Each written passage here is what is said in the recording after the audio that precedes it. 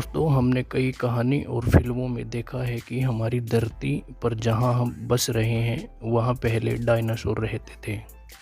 धीरे धीरे कई कारणों से डायनासोरों का अंत हुआ और मानव जीवन का जन्म हुआ।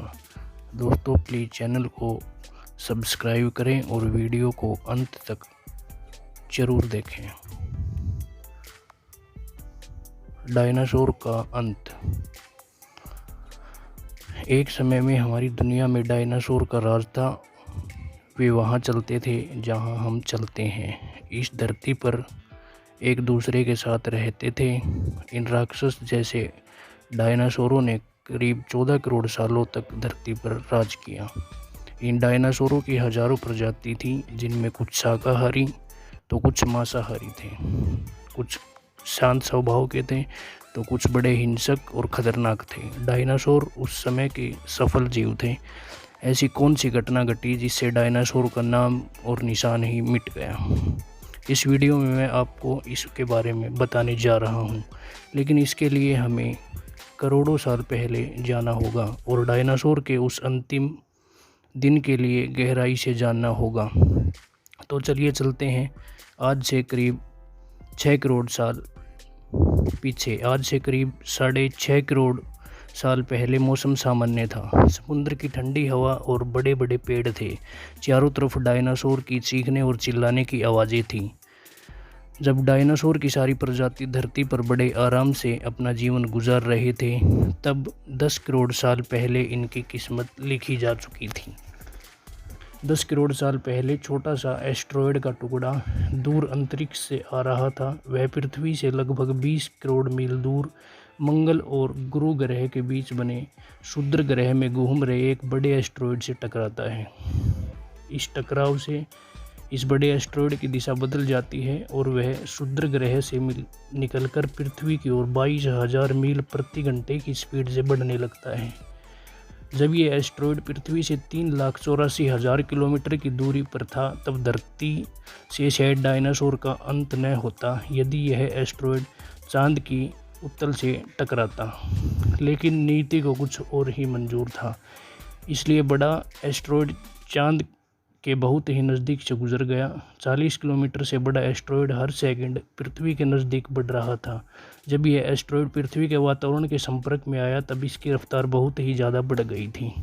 उस वक्त इसकी रफ्तार करीब 70,000 किलोमीटर हो गई थी। पृथ्वी के वातावरण में घुसते ही घर्षण के कारण यह एस्टेरॉयड आग के गोले में बदल गया। इसकी रफ्तार इतनी ज़्यादा थी कि सिर्फ 4 मिनट में एंटार्कटिक महासागर को पार कर गया। कुछ ही सेकंड में यह एस्टेरॉयड मैक्सिको की खाड़ी के पास ज़मीन से टकराता है और लगभग 25,000 डिग्री सेल्सियस वाला एक भयानक विस्फोट होता है। इस टकराव का विस्फोट लगभग 10 हाइड्रोजन बम के विस्फोट के बराबर था। यह विस्फोट इतना शक्तिशाली था कि इसके टकराते ही धरती की लाखों टन धातु अंतरिक्ष में चली गई। टकराव वाली जगह पर करीब 180 किलोमीटर चौड़ा और 20 किलोमीटर गहरा गड्ढा पड़ गया। 16 मिनट 40 सेकंड के बाद इस टकराव की वजह से धरती के अंदर चारों ओर बड़े भूकंप आने लगे। इस वजह से समुद्र की विशालकाय लहरों का निर्माण हुआ। एक के बाद एक सुनामी की लहरें चारों ओर बढ़ने लगी। भूकंप के कारण धरती पर मौजूद सभी सक्रिय ज्वालामुखी धरती से बाहर निकल गए, जिसकी वजह से हर जगह पर डायनासोर और कई सारे जीवों का विनाश शुरू हो गया। धरती के महाविनाश की प्रक्रिया आरंभ हो चुकी थी। इस भयानक विस्फोट के रेडिएशन की मात्रा इतनी बढ़ गई थी कि इसके 800 किलोमीटर के दायरे में आने वाले सभी बुरी तरह से जलकर ख़त्म हो गए थे। अब आपके मन में सवाल आ रहा होगा कि उड़ने वाले डायनासोर तो उड़कर बच निकले होंगे, फिर वो कैसे ख़त्म हो गए? लेकिन उड़ने वाले डायनासोर ज़मीन से तो बच गए, पर जो मेटल अर्थात धातु पृथ्वी से अंतरिक्ष में गई थी, वो ग्रेविटी के कारण आग के गोले बनकर पृथ्वी पर बरसने लगा, जिसके कारण उड़ने वाले जीव का हवा में ही खात्मा हो गया। कुछ ही समय में पृथ्वी का वातावरण 100 डिग्री सेल्सियस से भी बढ़ गया, जिस वजह से पेड़ पौधे वनस्पति सहित सभी जीव खत्म हो गए। विस्फोट के 9-10 मिनट बाद लगभग तापमान 200 डिग्री सेल्सियस से भी पार चला गया।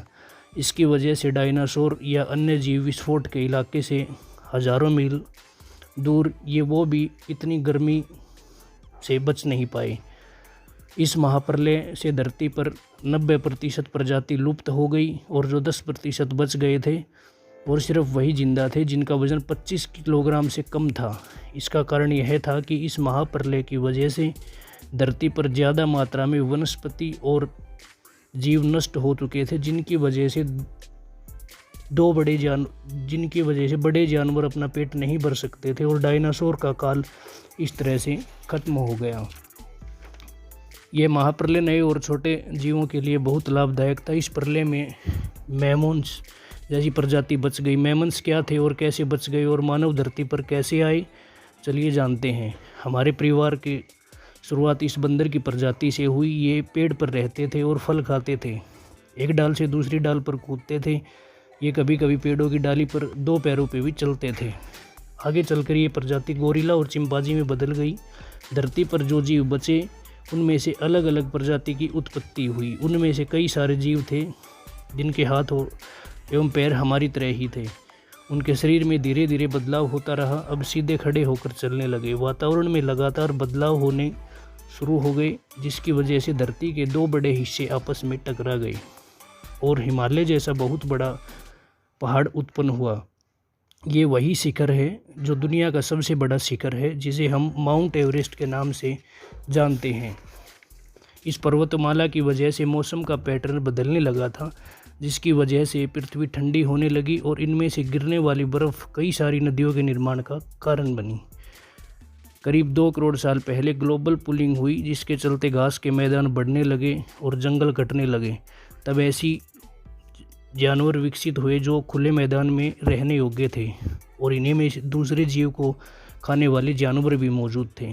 मैमल्स यानी स्तनधारी जीव, इन्होंने खुद को इस महाविनाश से बचा लिया था। अत्यंत गर्मी से बचने के लिए वो ज़मीन के अंदर रहने लगे और ज़िंदा रहने के लिए उन्होंने सब कुछ खाना शुरू कर दिया था। धीरे धीरे अब धरती फिर से सामान्य होने लगी। फिर से नए नए पेड़ पौधे उगने लगे। करीब 1 करोड़ साल पहले पृथ्वी वह रूप लेने लग गई थी जिसे आज हम देख रहे हैं।